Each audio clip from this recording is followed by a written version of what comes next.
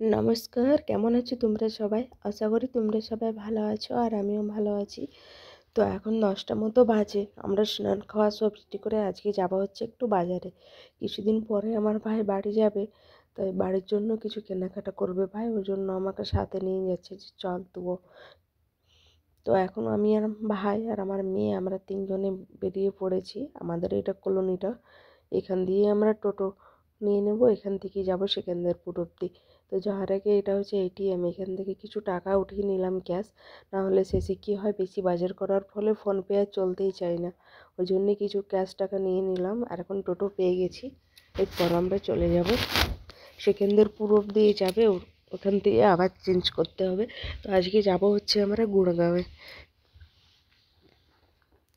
তো সেকেন্দ্রপুর চলে এসেছি, এখানে আবার চেক করে নেবো, এখানে আবার টোটো ছেড়ে অটো নিতে হবে। কিন্তু যতই দূর যাও বেশি ভাড়া না, ওই 10 টাকাই নেবে। এখান থেকে নিল 10 টাকা, এবার এখান থেকে মোটামুটি 1 ঘন্টার মতো যেতে হবে অটোতে, সেটাও নেবে 10 টাকাই।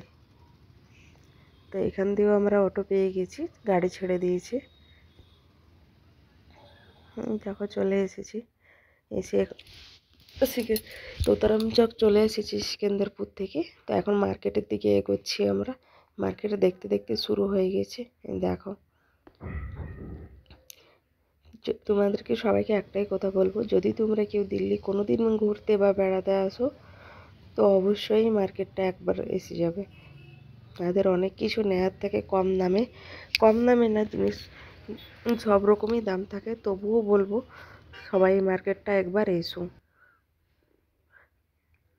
কুতুব মিনার থেকে খুব একটা দূর নয়, যদি কেউ কুতুব মিনার এসে থাকো তো সেখান থেকে নিশ্চয়ই এখানে আসতে পারবে। তো আমার তো এই মার্কেটটা খুবই ভালো লাগে, আর আমি যতবার বাড়ি যাই, মানে কেউ বাড়ি গেলে আর কি এই মার্কেটটা দিয়ে আমি বাজার করে বাড়ির জন্য কিছু দিয়ে পাঠাই। আর এখানে হচ্ছে কানেরগুলো দেখো 100 টাকা করে। আমাদের ওখানে বিশ্বকর্মা মেলাতে আমরা এই কানেরগুলো দেখছিলাম প্রত্যেকটার 250 200 করে করে এক একটা, কিন্তু এখানে দেখো 100 টাকায়। তো আমি এক জোড়া নিয়েছিলাম, কারণ আমার কাছে এখন বেশি টাকা ছিল না, যেহেতু কিছুদিন হলো বাড়ি থেকে এসেছি, এমার্জেন্সিতে বাড়ি গিয়েছিলাম। পরে আরও আসবো, তখন আবার অনেকগুলো কানের নিয়ে যাবো। আমার কানেরগুলো খুবই পছন্দ হয়েছে, কিন্তু টাকা না থাকার কারণে আমি নিতে পারিনি। দেখো কীরকম চাই তোমার, সব রকম আছে। তো আমি এখানে এক জোড়া নিয়েছি, আমার তো খুবই পছন্দ হয়েছে সব কটা। আর এগুলো হচ্ছে 50 টাকা করে। তো এখন আমি এক জোড়া কানের নিয়ে বাজারের আগে দিকে চলে যাব।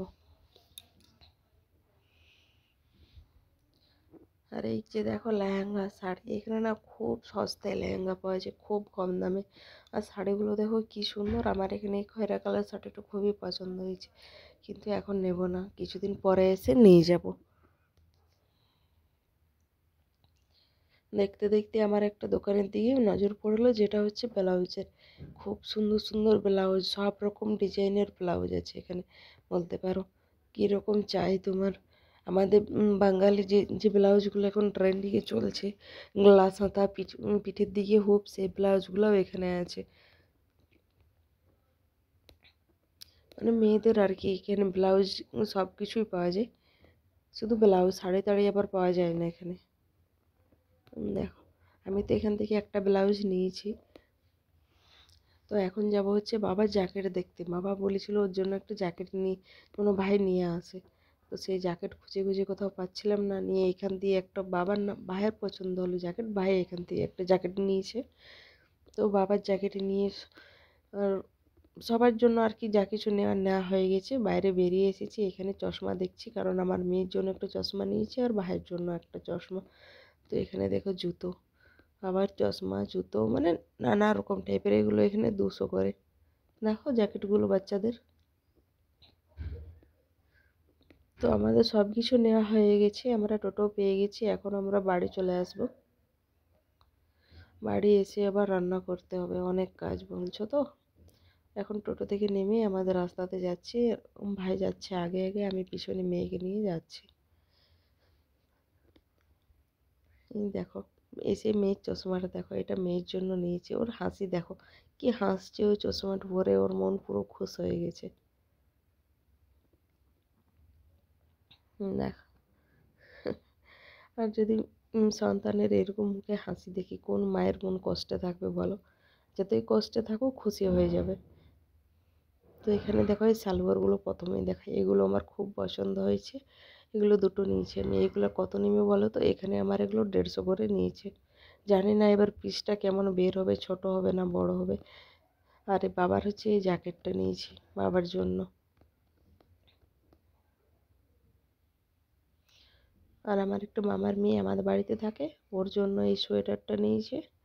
আরেকটা আরেকটা সোয়েটার নিয়েছে, যে এই দেখো এই সোয়েটারটা। এটা একটা ভাইয়ের জন্য, যেটা আমার মানে কাকুর বাড়িতে থাকে, মাসির ছেলে, ওর জন্য এই সোয়েটারটা। আর আমার মামার মেয়ের জন্য ওই ওটা। আর এই চাদরটা নিয়েছি, এই চাদরটা আমার মায়ের জন্য। মাইকে আমরা সে সেভাবে কোনো দিন কোনো কিছু দিইনি, তো তাই এখন এবারে যখন সবার জন্য নিচ্ছি তখন ভাবলাম মায়ের জন্য একটা নিয়ে নিই। তো চাদরটা কেমন হয়েছে তোমরা জানিও। দেখো, আমার তো এটা খুব পছন্দ হয়েছে। আর এটা হচ্ছে ব্লাউজটা। আমার এখন এরকম কোনো শাড়ি নেই আমার কাছে, এখন শাড়ি বলতে নেই, মাত্র দুটো হাতে গোনা শাড়ি এনেছি। ওই দুটো পরেই আমাকে বাজারে সব কিছু করতে হয়।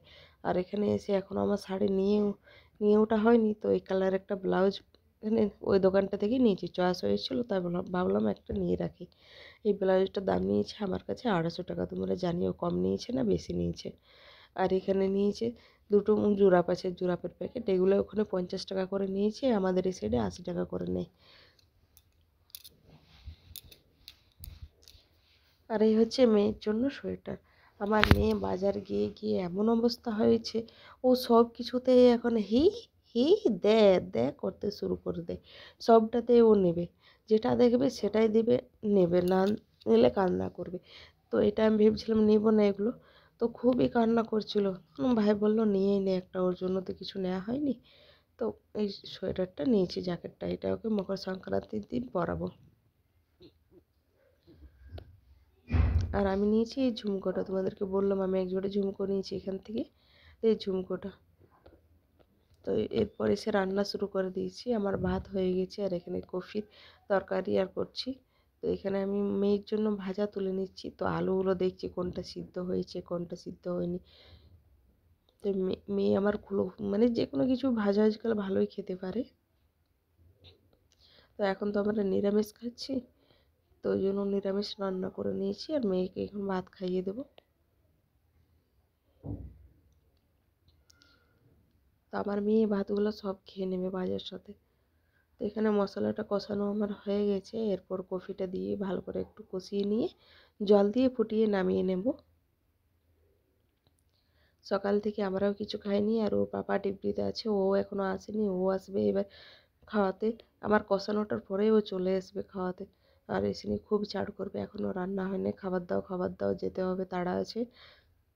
তো তাই আর কি আমি ঝটপট এসে না এসে রান্নাটা বসিয়ে দিয়েছিলাম।